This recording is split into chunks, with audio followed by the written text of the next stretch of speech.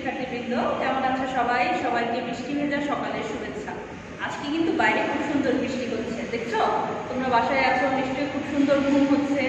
ঘুমানোর পাশাপাশি ঘুম থেকে উঠে ফ্রেশ হয়ে পড়ালেখাটাও কিন্তু করতে হবে। তো আজকে আবার চলে আসলাম, আমি তোমাদের ফাতেমা মিস, তোমাদেরকে ফিন্যান্স এবং ব্যাংকিং পড়াবো। তো আজকে যে বিষয়গুলো আমরা পড়বো, দেখো আজকে হচ্ছে আমরা একটু থিওরিটিক্যাল পার্ট পড়াবো। গত ক্লাসে আমরা ম্যাথ করেছিলাম, নিশ্চয়ই ম্যাথগুলো সবাই প্র্যাকটিস করেছো। তো আজকে আমরা প্রথমে যে দিকটা দিয়ে শুরু করবো সেটা হচ্ছে নগদ ব্যবস্থাপনার কৌশল সমূহ। তারপর আমরা পড়বো ন্যূনতম নগদ উদ্বৃত্ত। তারপর আমরা পড়বো চলতি কার্যকরী মূলধনের শ্রেণীবিভাগ। তারপর আমরা পড়বো চলতি মূলধন ব্যবস্থাপনার নীতিসমূহ। তিনটি নীতি আছে, তিনটি নীতি আমরা পড়বো। তারপর পড়বো কাম্য নগদ উদ্বৃত্ত বা অপটিমাম ক্যাশ ব্যালেন্স। এটাতে ছোট্ট একটু ম্যাথ আছে, কিন্তু সেটাও আমরা আজকে করে দেখাবো। তাহলে চলো আমরা আজকে আমাদের প্রথম অংশ নগদ ব্যবস্থাপনার কৌশল সমূহ নিয়ে আলোচনা করি। তোমাদেরকে আমি ক্যাশ কনভার্সন সাইকেলটা পড়িয়েছিলাম, মনে আছে? তোমাদের সাইকেল ছিল CCC, cash conversion cycle, cash conversion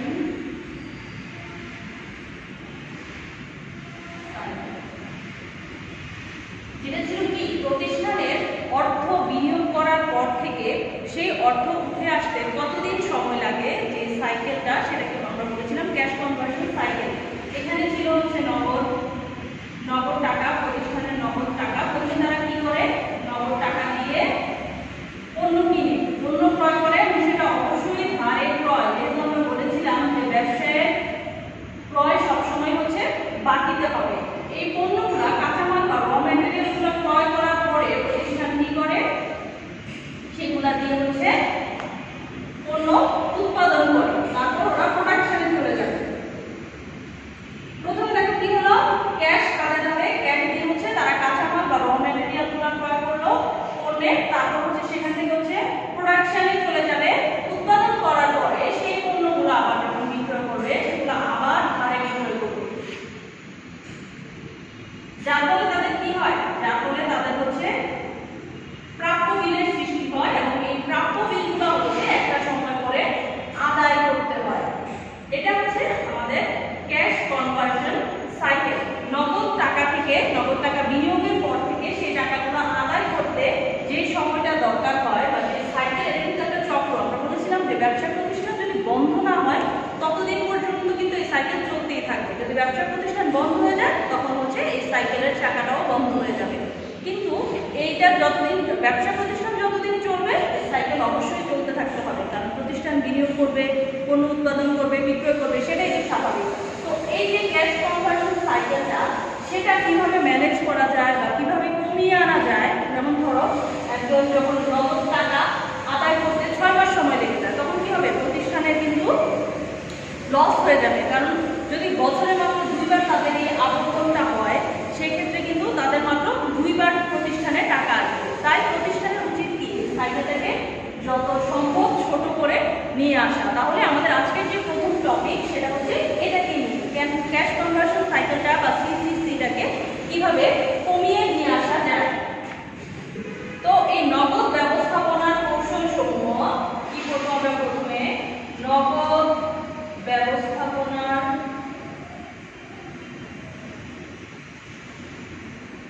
কৌশল, কিভাবে এই ক্যাশ কনভার্সন সাইকেলটাকে কৌশলের মাধ্যমে ছোট করে নিয়ে আসা যায়। তো আমরা জানি যে আমরা যে টাকাটা পাবো সেটা যত দ্রুত সম্ভব আদায় করতে হবে, এবং যাদেরকে আমরা টাকাটা পরিশোধ করব সেই টাকাটা যত লেন্দি প্রসেসে যাওয়া যায়, সেটাই কিন্তু ব্যবসায়ের জন্য ভালো। আমরা যখন টাকা নিব তখন তাদেরকে তাড়াহুড়া করে তাড়াতাড়ি করে নিতে হবে, আর যখন টাকা দিব সেই টাকাটা একটু লেন্দি ওয়েতে দিব।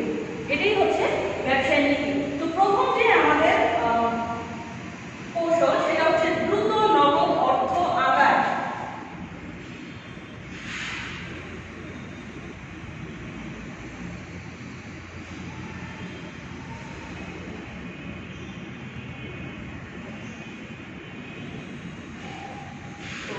আমরা যাদের কাছ থেকে টাকা পাবো তাদেরকে আমরা যত দ্রুত সম্ভব তারা দিয়ে টাকাটা হচ্ছে আদায় করে নিতে হবে, কারণ সেটাই হচ্ছে আমাদের প্রতিষ্ঠানের জন্য জন্য ভালো হবে। যদি আমরা টাকাটা তাড়াতাড়ি নিতে পারি, সেই টাকা দিয়ে আমরা আবার কাঁচামাল কিনতে পারবো, আবার আমাদের উৎপাদন প্রক্রিয়া অব্যাহত থাকবে, আবার আমরা পণ্য বিক্রয় করতে পারবো এবং নতুন করে আমাদের এই সাইকেলটা আবার নতুন করে চালু হবে। তো এই জন্য আমাদেরকে কি করতে হবে, টাকাটা যত দ্রুত সম্ভব আদায়ের ব্যবস্থা করতে হবে। এই কারণে যা যা করা দরকার, যেমন বিকেন্দ্রীকরণ করে দেওয়া, সেন্ট্রাল ভাবে না রাখা, যেন যেখানেই আমাদের থাকে, কারণ ব্যবসাগুলো তো এক জায়গায় হয় না। ব্যবসাগুলো আমরা ঢাকায় আছি, আমরা রাজশাহীর কোনো ব্যবসায়ীর সাথে ব্যবসা করি, খুলনার কোনো ব্যবসায়ীর সাথে ব্যবসা করি, সিলেটের কোনো ব্যবসায়ীর সাথে ব্যবসা করতে পারি। সেক্ষেত্রে তাদের কাছ থেকে যেন আমরা দ্রুত টাকাটা আদায় করতে পারি, সেই ব্যবস্থাগুলো আমাদের করতে হবে। তারপর নাম্বার 2 কেন্দ্রীভূত ব্যাংকিং।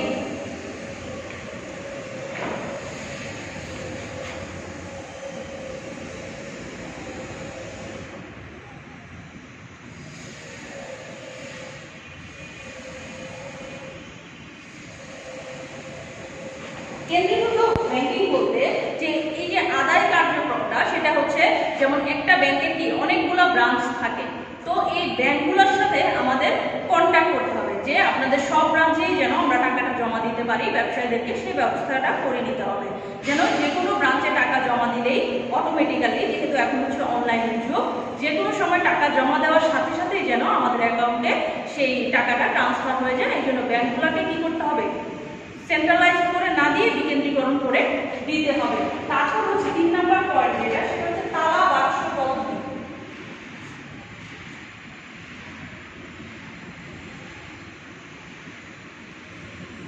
এটাকে আমরা লকার সিস্টেমও বলতে পারি। লকার ভাবে আমরা বলেছি যে ব্যাংকগুলোতে কি থাকে, লকার থাকে।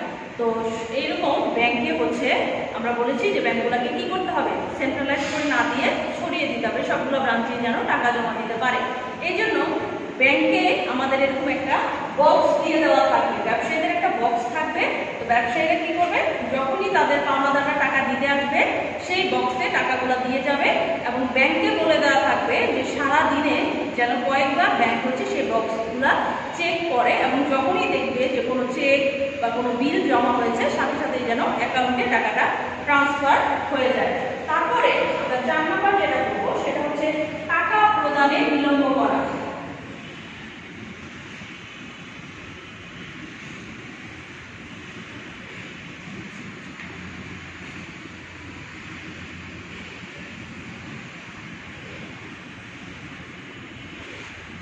তো আমরা একটা টার্মস করেছিলাম 2, 10, and 30। তোমাদের মনে আছে এরকম ছিল টার্মসটা 2, 10, and 30। মানে কি ছিল, যে যেই টাকা, সেই টাকা যদি 10 দিনের মধ্যে পরিশোধ করে তাহলে 2% বার্তা পাবে, এবং যদি 10 দিনের মধ্যে পরিশোধ না করে তবে 30 দিনের মধ্যে টাকা অবশ্যই পরিশোধ করে দিতে হবে। তো যদি একজন ভালো ব্যবসায়ী হন, তিনি কি করবেন, ঠিক 10ম দিনে গিয়ে কিন্তু টাকাটা পরিশোধ করবে। আগে পরিশোধ করে দিলে কি হবে, যদি প্রথম দিনে উনি বার্তার সুযোগটা নিয়ে নেন, মনে করি যে একদম ফার্স্ট দিনে উনি টাকাটা দিয়ে দিল, তো বাকি 9 দিনের জন্য উনি টাকাটা কিন্তু ইনভেস্ট করতে পারছে না। ওই 9 দিনের জন্য স্বল্পমেয়াদী অর্থায়নের একটি ভালো সুযোগ কিন্তু ওই টাকাটা হতে পারত। একজন ভালো বা বিজ্ঞ ব্যবসায়ীর কাজ কি, যে ঠিক একদম লাস্ট দিনে গিয়ে টাকাটা পরিশোধ করবে, পাশাপাশি কি করবে, বার্তার সুযোগটাও নিতে পারছে, প্লাস তার টাকাটা 10 দিনে কিন্তু অন্য কোনো জায়গায় বিনিয়োগ করতে পারছে। তো টাকা যত দেরিতে প্রদান করবে ততই ব্যবসায়ীদের জন্য ভালো হবে। তারপর আমরা বলবো মজুদ আবর্তন ত্বরান্বিত করা।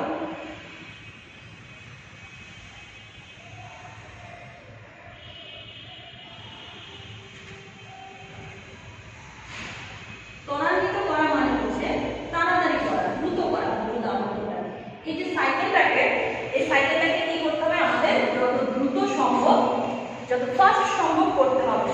এখন যে কোনো কৌশলে হোক, দ্রুত তাড়াহুড়ার মাধ্যমে আমরা যাদের কাছ থেকে টাকা পাবো তাদেরকে তাড়া দিয়ে হোক, বা পণ্য উৎপাদনের ক্ষেত্রে হোক, একটা পণ্য উৎপাদন করতে দেখা গেল 7 দিন সময় লেগে গেল, সেই ক্ষেত্রে কিন্তু এই যে সাইকেলটা, এটাও কিন্তু লেন্দি হয়ে যাবে। তাহলে সেই পণ্যটা যদি আমরা 3 দিনে কমপ্লিট করতে পারি বা 4 দিনে কমপ্লিট করতে পারি, সেই ক্ষেত্রে কিন্তু আমাদের লাভ হবে। আবার বিক্রয়ের ক্ষেত্রে যত দ্রুত সম্ভব সেল করতে পারবো, তত দ্রুতই কিন্তু আমরা আবার নতুন করে প্রোডাকশন শুরু করতে পারবো। তারপর নাম্বার 6 আমাদের যেটা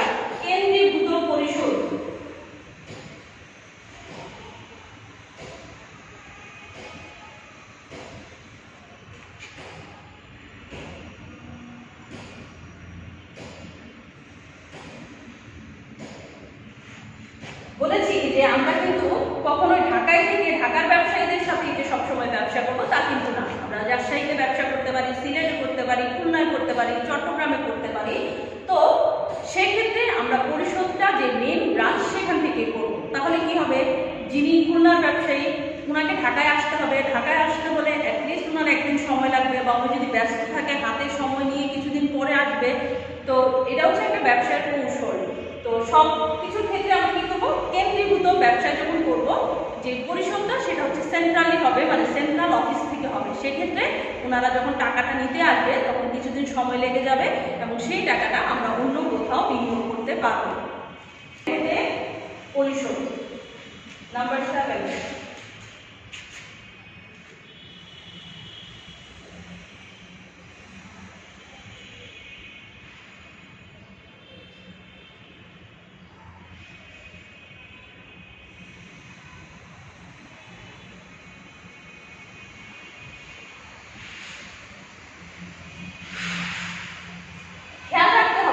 যে আমরা যাদের সাথে ব্যবসা করছি তাদের এলাকায় কোন ব্যাংকটা হচ্ছে, কোন ব্যাংকের ব্রাঞ্চ হচ্ছে নেই, তাহলে সেই ব্যাংকের ব্রাঞ্চ খুঁজে আমরা যদি টাকাটা পরিশোধ করি তাহলে হচ্ছে সেই টাকাটা উনি গিয়ে ওখান থেকে অন্য একটা ব্রাঞ্চ থেকে একটু দূরে গিয়ে কালেক্ট করতে ওনার কিছুটা হলেও সময় লাগবে, অ্যাটলিস্ট একদিন হলেও সময় লাগবে। সেই একদিনের জন্য কিন্তু আমরা টাকাটা আমাদের ব্যবসায় ইনভেস্ট করতে পারি।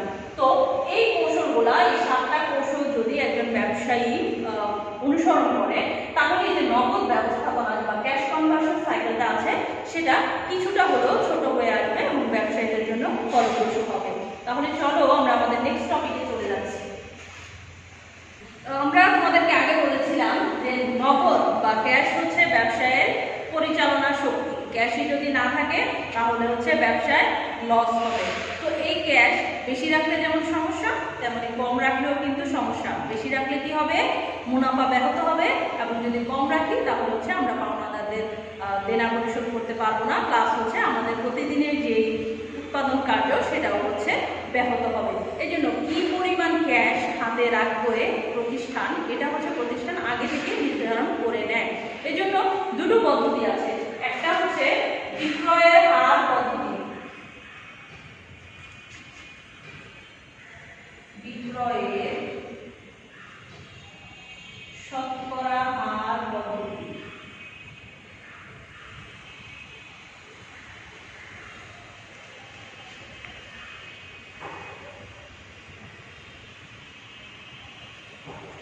এই পদ্ধতিতে প্রতিষ্ঠান কি করে, এই পদ্ধতিতে প্রতিষ্ঠান তাদের যে সেলস হবে সেই সেলসের একটা নির্দিষ্ট অংশ ঠিক করে নেয় আগে থেকেই, পূর্ব থেকে, এবং সেই হারেই হচ্ছে ক্যাশ ব্যালেন্স তাদের হাতে উদ্ধৃত রাখে। যেমন কোনো প্রতিষ্ঠানের সেলস যদি হয় 10 লক্ষ টাকা, ধরো কম করে যদি 10 লক্ষ টাকা, তাহলে তারা যদি চিন্তা করে যে 10 লক্ষ টাকার 10% টাকা তারা নগদ হিসেবে হাতে রাখবে, সেক্ষেত্রে 10 লক্ষ টাকার 10% কত হয়, 1 লক্ষ টাকা। সেই টাকাটা ওরা হচ্ছে ক্যাশ হিসেবে রাখবে এবং বাকি টাকাটা হচ্ছে তারা পরবর্তী বিনিয়োগের জন্য ব্যবহার করবে। তারপর 2 নম্বর যে সিস্টেমটা আছে সেটা হচ্ছে নগদ বহিঃপ্রবাহ পদ্ধতি।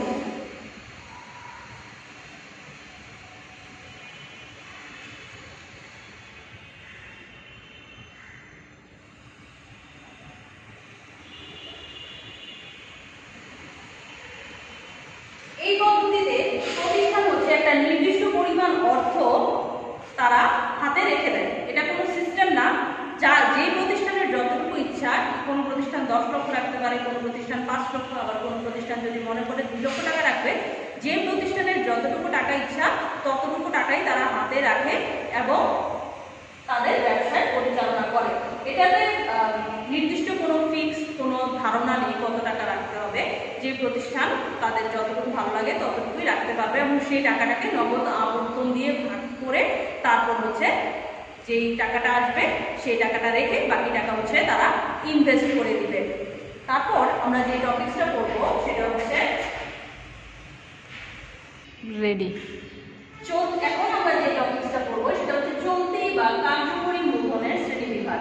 চলতি মূলধন কি, আমরা তো জানি চলতি মূলধন হচ্ছে প্রতিষ্ঠানের দৈনন্দিন কার্যক্রম পরিচালনা করার জন্য যে মূলধনের প্রয়োজন সেটাকে বলা হয় চলতি মূলধন। তো চলতি মূলধনকে প্রথমত 2 ভাগে ভাগ করা যায়। দেখো,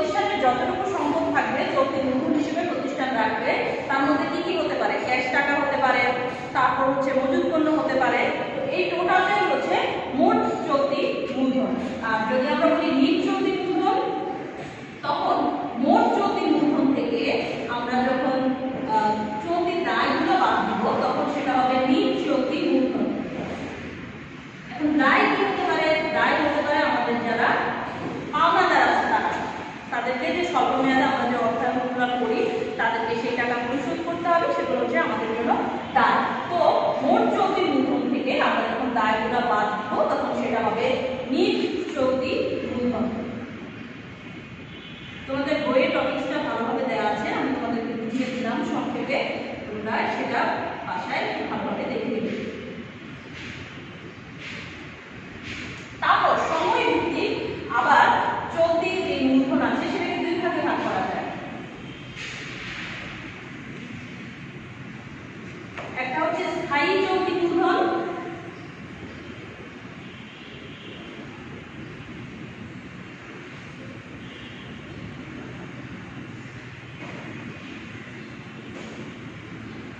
এবং অপরটা হচ্ছে পরিবর্তনশীল চলতি মূলধন।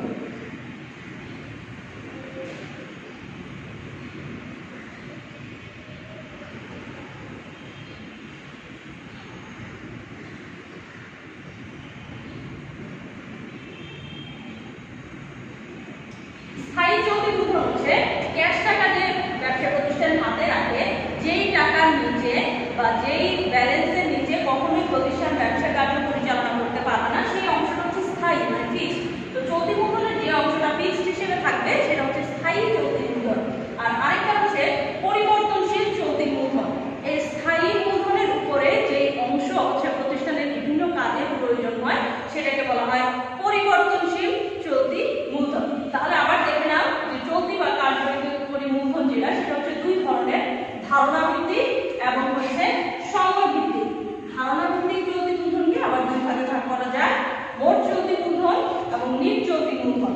সময় ভিত্তিক চলতি মূলধনকে আবার দুই ভাগে ভাগ করা যায়, স্থায়ী চলতি মূলধন যেটা হচ্ছে ফিক্সড থাকবে প্রতিষ্ঠানে, এবং হচ্ছে পরিবর্তনশীল চলতি মূলধন। স্থায়ীর উপরে যদি আরো কিছু মূলধনের দরকার হয় স্বল্প মেয়াদে সেটা হবে পরিবর্তনশীল চলতি মূলধন। তো আশা করি তোমরা বুঝতে পেরেছো এবং এখন আমরা আমাদের নেক্সট টপিকে চলে যাচ্ছি। তো আমরা পড়েছিলাম এখন হচ্ছে চলতি মূলধনের প্রকারভেদ। তো এখন আমরা পড়ব চলতি মূলধন ব্যবস্থাপনার নীতি সমূহ। আমরা যখন চলতি মূলধনের প্রকারভেদ পড়ছিলাম সেখানে চলতি মূলধনের দুইটা অংশ কিন্তু আমরা দেখতে পাচ্ছিলাম। এগুলো যদি আমরা গ্রাফিক্যাল রিপ্রেজেন্ট করতে চাই সেক্ষেত্রে হচ্ছে এরকম আসবে, একটা হচ্ছে স্থায়ী অংশ আর একটা হচ্ছে পরিবর্তনশীল অংশ।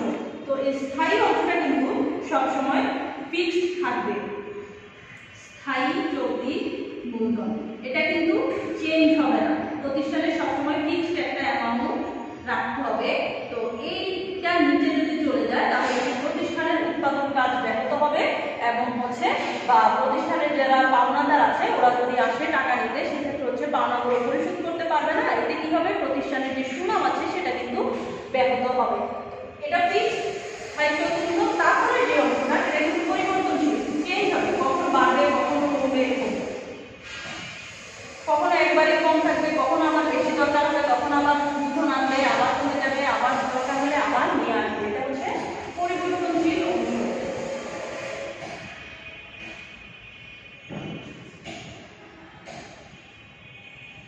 তো এই স্থায়ী অংশ এবং পরিবর্তনশীল যে মূলধন আছে সেগুলো কালেক্ট করার দুইটা উৎস, একটা হচ্ছে দীর্ঘমেয়াদী উৎস আর একটা হচ্ছে স্বল্পমেয়াদী উৎস। তো দীর্ঘমেয়াদী উৎস থেকে কত টাকা কালেক্ট করবে বা স্বল্পমেয়াদী উৎস থেকে কত টাকা কালেক্ট করবে সেটা কিন্তু ফিক্সড না। এটা নিয়ে হচ্ছে বিভিন্ন মতভেদ রয়েছে। কারো মতে দীর্ঘমেয়াদী উৎস থেকে বেশি টাকা সংগ্রহ করা উচিত, আবার কারো মতে স্বল্পমেয়াদী উৎস থেকে বেশি টাকা সংগ্রহ করা উচিত।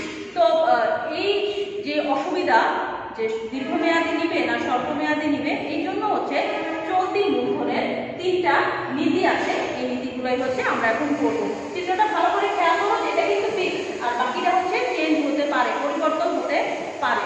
তো এই নীতিগুলো কি কি? তিনটা নীতি আছে। প্রথমে হচ্ছে রক্ষণশীলতা নীতি,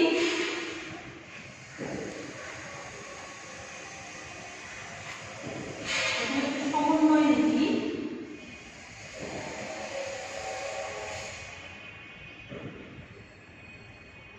দুই নাম্বার হচ্ছে রক্ষণশীলতা নীতি,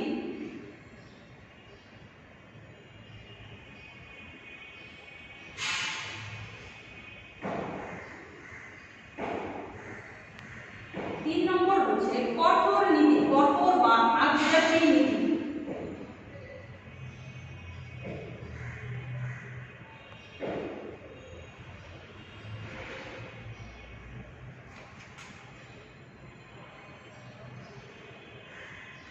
তো এই নীতিগুলাই আমরা এখন ডিটেইলসে চিত্র সহকারে করব। রক্ষণশীলতার নীতি এবং হচ্ছে আগ্রাসী নীতি। সমন্বয় নীতি অনুসারে যারা মনে করে তারা কি মনে করে যে চলতি মূলধনের যে স্থায়ী অংশ আছে সেটা হচ্ছে দীর্ঘমেয়াদী উৎস থেকে, এবং যে পরিবর্তনশীল অংশ আছে সেটা হচ্ছে চলতি মানে স্বল্পমেয়াদী মূলধন দিয়ে কালেক্ট করা উচিত। এটা যদি হয় প্রতিষ্ঠানের স্থায়ী মূলধন, এই অংশটাকে আমরা বলি প্রতিষ্ঠানের স্থায়ী মূলধন।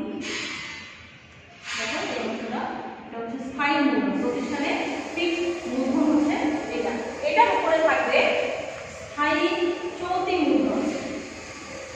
স্থায়ী চলতি মূলধন, চলতি মূলধন বলতে যে মূলধনগুলো আমাদের প্রতিদিনের দৈনন্দিন কার্য পরিচালনার জন্য যে টাকা দরকার হয় সেটা হচ্ছে স্থায়ী চলতি মূলধন। এটাও কিন্তু ফিক্সড, স্থায়ী মূলধন তো ফিক্সড থাকে, পাশাপাশি হচ্ছে স্থায়ী চলতি মূলধনটাও ফিক্সড থাকবে। এর উপরে থাকবে হচ্ছে আমাদের পরিবর্তনশীল চলতি মূলধন। পরিবর্তনশীল যেটা হচ্ছে চেঞ্জ হতে পারে যে কোনো সময়।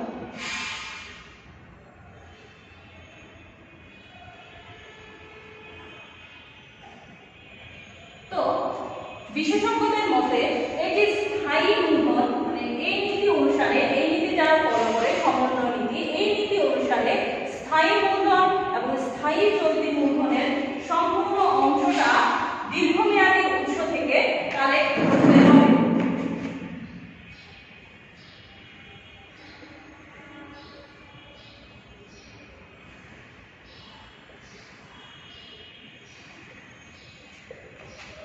এই যে স্থায়ী মূলধন এবং স্থায়ী চলতি মূলধনের সম্পূর্ণ অংশটাই সংগ্রহ করা হবে হচ্ছে স্থায়ী দীর্ঘমেয়াদী উৎস থেকে, এবং এই যে অংশটা এটা কালেক্ট করা হবে, অর্থায়ন করা হবে, এটার জন্য করা হবে হচ্ছে স্বল্পমেয়াদী অর্থায়ন।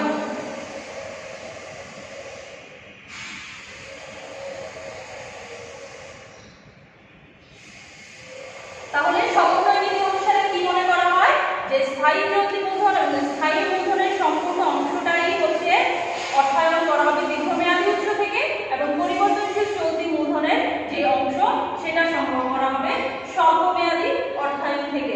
তাহলে এখন আমরা বাকি দুইটা দেখি যে বাকি দুইটা নীতি কি বলে। তারপর আমরা যে নীতিটা করবো সেটা হচ্ছে রক্ষণশীল নীতি বা ডিফেন্সিভ নীতি। যেসব প্রতিষ্ঠান হচ্ছে ঝুঁকি নিতে ভয় পায় বা ঝুঁকি কম নিতে চায় সেক্ষেত্রে হচ্ছে এই নীতিটি অবলম্বন করতে পারে। তো আমরা বলেছিলাম ঝুঁকির সাথে মুনাফার সম্পর্ক কিরকম? ঝুঁকির সাথে মুনাফার সম্পর্ক হচ্ছে পজিটিভ, ঝুঁকি যত বেশি মুনাফা তত বেশি। তার মানে এই প্রতিষ্ঠান কি হচ্ছে ঝুঁকি কম নিতে চায়, তার মানে তাদের মুনাফাও কিন্তু কিছুটা কম হবে। তো এই নীতিটা যদি আমরা ব্যাখ্যা করতে চাই গ্রাফিক্যালি তাহলে হচ্ছে দেখো তিনটি অংশ, এটা হচ্ছে স্থায়ী মূলধন,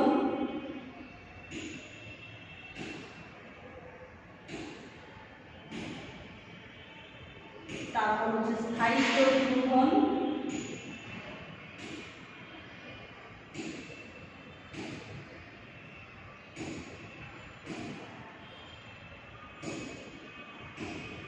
তারপর হচ্ছে পরিবর্তনশীল অংশ যেটা চেঞ্জ হবে।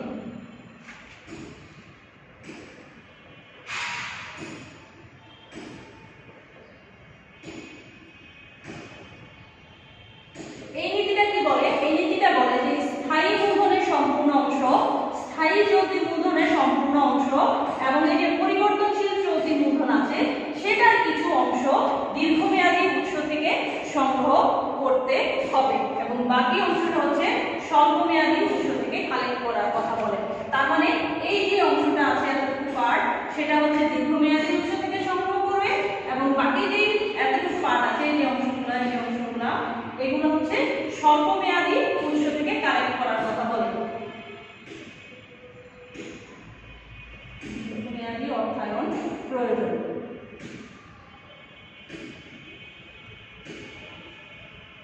আর এতটুকুর জন্য হচ্ছে স্বল্পমেয়াদী অর্থায়ন করবে, যাতে হচ্ছে কি হবে দীর্ঘমেয়াদী অর্থায়ন করলে ওদের টাকাটা হচ্ছে পরে পরিশোধ করতে হবে এবং তাদের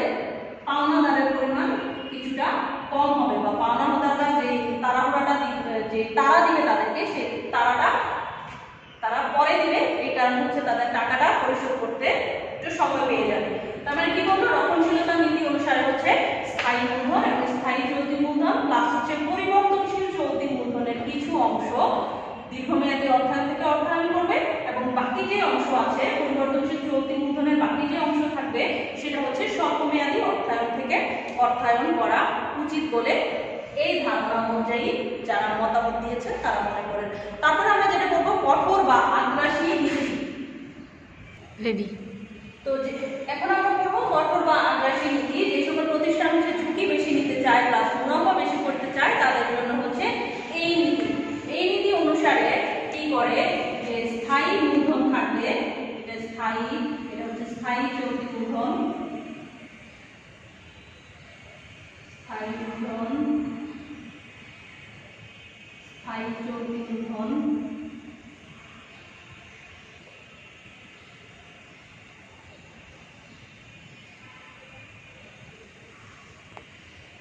তারপর হচ্ছে পরিবর্তনশীল অংশ।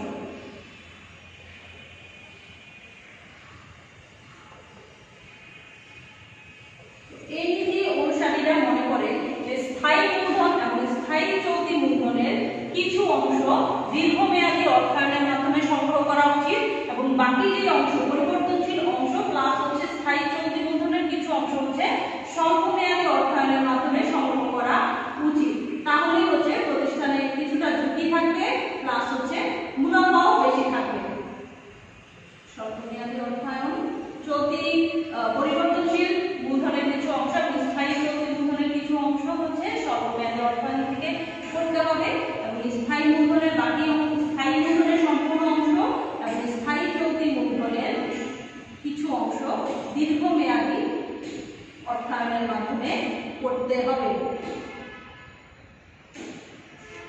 দেখো খেয়াল করো, এই যে স্থায়ী মূলধনের কিছু অংশ, মাঝখানে আমি একটা ডট ডট দিয়েছি, সেটা হচ্ছে স্থায়ী মূলধনের কিছু অংশ এবং বাকিটা হচ্ছে স্বল্পমেয়াদী অর্থায়নের মাধ্যমে সংগ্রহ করা হবে এবং স্থায়ী মূলধন এবং স্থায়ী চলতি মূলধনের কিছু অংশ দীর্ঘমেয়াদী অর্থায়ন থেকে করা হবে, যার ফলে প্রতিষ্ঠানের কিছুটা ঝুঁকিও থাকবে আবার মুনাফাটাও একটু বেশি হবে। তাহলে তোমরা যখন ব্যবসায়ী হবে তখন তোমরা কি করবে, তোমাদের যে নীতিটি পছন্দ, যদি মুনাফা বেশি করতে চাও তাহলে ঝুঁকি অবশ্যই নিতে হবে, আবার যদি মুনাফা কিছুটা কম চাও সেক্ষেত্রে রক্ষণশীলতা বা ডিফেন্সিভের নীতি অনুসরণ করবে। তাহলে তোমাদের জন্য যেটা ভালো মনে হবে তোমরা সেটাই করবে। তাহলে চলো আমরা আমাদের নেক্সট টপিকে চলে যাচ্ছি। তো এখন আমরা যে জিনিসটা করবো সেটা হচ্ছে কাম্য নগদ উদ্বৃত্ত বা অপটিমাম ক্যাশ ব্যালেন্স। এটা কিন্তু আমাদের ম্যাথের সাথে সম্পৃক্ত, তাই এই জিনিসটা খুব ভালোভাবে বুঝতে হবে। তো একটু আগেই বলেছিলাম নগদ অর্থ হচ্ছে ব্যবসার পরিচালনা শক্তি। নগদ অর্থ থাকলে যেমন লস হবে, বিনিয়োগের সুযোগ ব্যাহত হবে, আবার কম থাকলে কি হবে, কম থাকলে হচ্ছে আমরা আমাদের প্রতিষ্ঠানের যে দৈনন্দিন খরচগুলো আছে সেগুলো মিটাতে পারবো না। তো যদি প্রতিষ্ঠানে বেশি পরিমাণে নগদ অর্থ হাতে থাকে সেক্ষেত্রে হচ্ছে প্রতিষ্ঠানের জন্য ভালো, কিন্তু প্রতিষ্ঠানের কি হবে, সেক্ষেত্রে অন্যত্র কিন্তু প্রতিষ্ঠান বিনিয়োগ করতে পারবে না। অন্যত্র বিনিয়োগ করতে না পারলে সেক্ষেত্রে কি হবে, প্রতিষ্ঠানের সুযোগ ব্যয় সৃষ্টি হবে। সুযোগ ব্যয় কি মনে আছে তো তোমাদের? সুযোগ ব্যয় হচ্ছে এক জায়গায় বিনিয়োগ করে বা টাকাগুলো রেখে দিয়ে অন্য জায়গায় যে আমরা বিনিয়োগ করলাম না, তার ফলে আমরা যে আরেকটা বিনিয়োগের অর্থ ছেড়ে দিলাম সেটাকে বলা হয় সুযোগ ব্যয় বা অপরচুনিটি কস্ট। তো এই ক্ষেত্রেও নগদ অর্থ যদি আমরা হাতে বেশি রাখি সেক্ষেত্রে আমাদের কি হবে, সুযোগ ব্যয়গুলোও কিন্তু বেড়ে যাবে। তাহলে আমরা বলতে পারি নগদ উদ্বৃত্তের সাথে সুযোগ ব্যয়গুলো হচ্ছে পজিটিভ সম্পর্ক বা ধনাত্মক সম্পর্ক। নগদ উদ্বৃত্ত বেশি থাকলে কি হবে, সুযোগ ব্যয় বেশি, সুযোগ ব্যয় বেড়ে যাবে।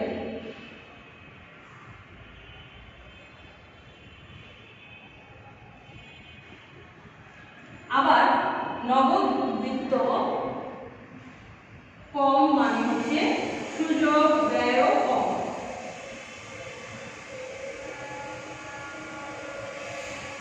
তার মানে নগদ উদ্বৃত্তের সাথে সুযোগ ব্যয় হচ্ছে পজিটিভ রিলেশন, একটা বাড়লে আরেকটা বাড়বে এবং একটা কমলে আরেকটা কমবে। আবার আমরা যদি কি করি, নগদ অর্থ যদি কম রাখি সেক্ষেত্রে কি হবে, আমাদের ঘাটতি হবে। ঘাটতি হলে কি হবে, আমাদের পাওনাদারদের যে দায় সেগুলো হচ্ছে আমরা পরিশোধ করতে পারবো না। এর ফলে কি হবে, একজন পাওনাদার যখন আসবে তখন হচ্ছে আমাদেরকে আরেক এর ফলে আমাদের কি হবে, আমাদের হচ্ছে স্বল্প মেয়াদে ধার নিতে হবে। ধার নিয়ে হচ্ছে একজনের টাকা আরেকজনকে বা আমাদের যে প্রতিষ্ঠানের যে দৈনন্দিন খরচগুলো আছে সেগুলো মেটাতে হলে আমাদেরকে হচ্ছে ধার দেনা করেই টাকাটা নিয়ে আসতে হবে। তার ফলে আমাদের কি হবে, তহবিল ব্যয়টা বেড়ে যাবে। নগদ উদ্বৃত্ত যদি আমরা কম রাখি তাহলে হচ্ছে তহবিল ব্যয় বাড়বে, এবং নগদ উদ্বৃত্ত যদি বেশি রাখি তাহলে হচ্ছে তহবিল ব্যয় কমবে। তার মানে নগদ উদ্বৃত্তের সাথে বা ক্যাশ টাকার সাথে তহবিল ব্যয় হচ্ছে পজিটিভ সম্পর্ক, নেগেটিভ সম্পর্ক। সরি, নগদ ব্যয়, নগদ উদ্বৃত্ত বেশি,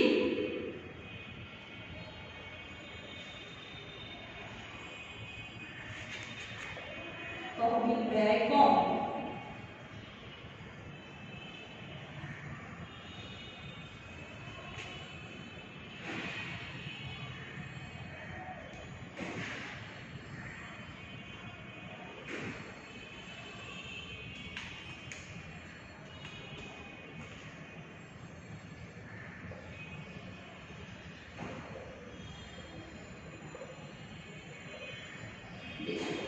তাহলে এখন প্রতিষ্ঠান কোন পথে যাবে, কোন পথে গেলে তাদের জন্য ভালো হবে, টাকা কি বেশি রাখবে নাকি কম রাখবে না কি করবে, এটা হচ্ছে প্রতিষ্ঠানকে ডিসাইড করে নিতে হবে। তো এই যে আমাদের যে কাম্য নগদ উদ্বৃত্ত, এটা হচ্ছে এমন একটা লেভেল যেখানে হচ্ছে প্রতিষ্ঠানের তহবিল ব্যয় এবং সুযোগ ব্যয়টা গিয়ে ইন্টারসেক্ট করবে। তার মানে আমরা যদি চিত্রের সাহায্যে দেখাতে চাই, এটা হচ্ছে আমাদের নগদ উদ্বৃত্ত বা ক্যাশ টাকা আমাদের, সেটার সাথে আমরা কি বলেছিলাম, আমাদের যে সুযোগ ব্যয় আছে সেটা কি পজিটিভ সম্পর্ক। তার মানে হচ্ছে এরকম বাড়তে থাকবে। এটা হচ্ছে আমাদের সুযোগ ব্যয় লাইন বা অপরচুনিটি কস্টের লাইন। নগদ উদ্বৃত্ত যত উপরের দিকে যেতে থাকবে, এটা 1, এটা 2, এটা 3, 4, 5, 6, তাহলে দেখো এই যে সুযোগ ব্যয়টা হচ্ছে উপরের দিকে উঠতে থাকবে। যত বেশি নগদ উদ্বৃত্ত আমরা রাখবো তত বেশি আমাদের সুযোগ ব্যয় বাড়তে থাকবে। আর তহবিল ব্যয়টা কি, যত বেশি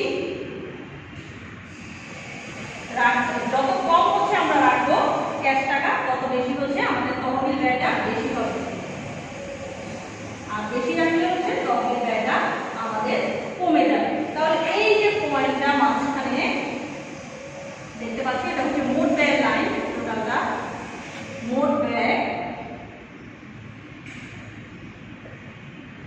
এই যে পয়েন্টটা এখানে হচ্ছে আমাদের সুযোগ ব্যয় এবং তহবিল ব্যয়কে ইন্টারসেক্ট করলো, এই লাইন, এই পয়েন্টটাকে আমরা বলবো কাম্য নগদ উদ্বৃত্ত।